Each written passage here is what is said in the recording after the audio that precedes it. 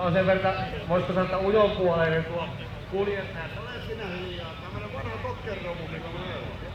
No niin, mä ajattelin, että kuljettaja oli pikkusen ujonpuolelta, onneksi ei repsikko sana suustansa.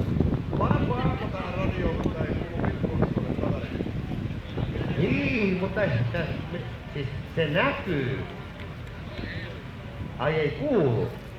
Meneekö tää nyt sitten siihen linjaan, kun tuolla nää Lindemanit aina sanoo tuolla, kun ne lähtee tuonne raveihin, ettei kannata mennä raveissa sinne takariviin, kun sieltä ei näe hevon vittuakaan. Eturiviin kannattaa mennä, kun sieltä näkee vitu hyvin. Joo, näin.